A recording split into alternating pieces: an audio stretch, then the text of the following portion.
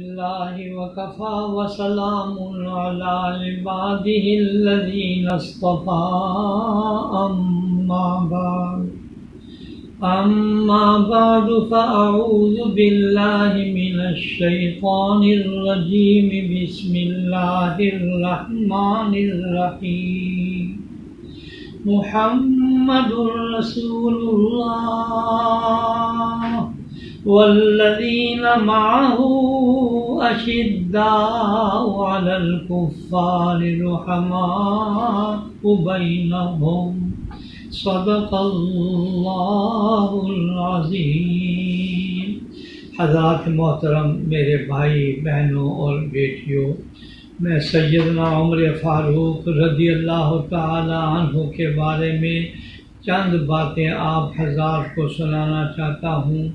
یکم محرم الحرام یہ یوم شہادت ہے سیدنا عمر فاروق رضی اللہ تعالی عنہ، جو خلیفہ دوم ہیں، امام عدل و حریت ہیں، مراد مصطفیٰ ہیں، اسلام کی وہ عظیم شخصیت ہے کہ جن کی اسلام کے لیے روشن خدمات ہیں، جرأت و بہادری، عدل و انصاف پر مبنی فیصلوں، فتوحات اور شاندار کرداری کارناموں سے اسلام کا چہرہ روشن ہے۔ 22 لاکھ مربع زمین پر عمر فاروق رضی اللہ تعالی عنہ کی خلافت جو ہے وہ وسیع ہوئی۔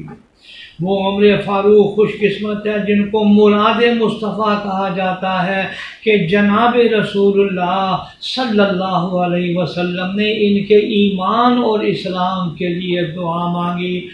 آپ کی تائید میں قرآن کریم کی متعدد آیات نازل ہوئی ہیں۔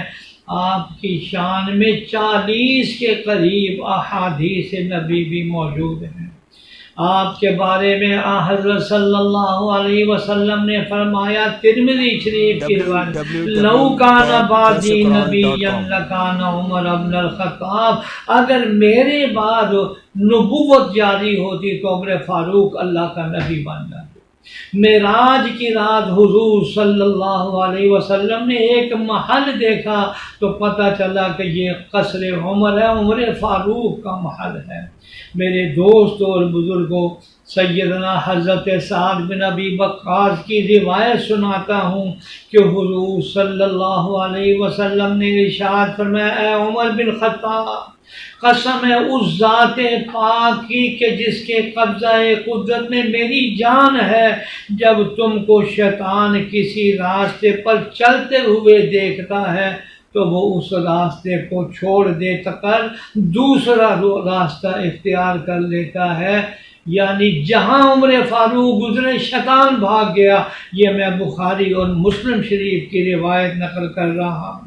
میرے دوست اور بزرگوں، عمر فاروق رضی اللہ تعالی عنہ کہ جن کے بارے میں حضرت صلی اللہ علیہ وسلم نے فرمایا عمر جنتی ہیں، حضرت عمر عشرہ مبشرہ میں سے ہیں، بدرین صحابہ میں سے ہیں۔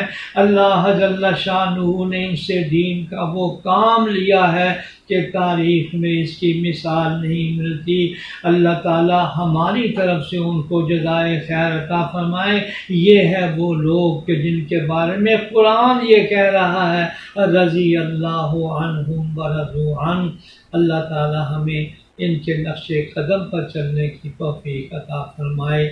آخر میں انتہائی درس قرآن کا بھی شکریہ ادا کرتا ہوں کہ اللہ ان کو توفیق عطا فرماتا رہے، اسی طرح حق لوگوں کو بیان کرتے رہیں، آمین یا رب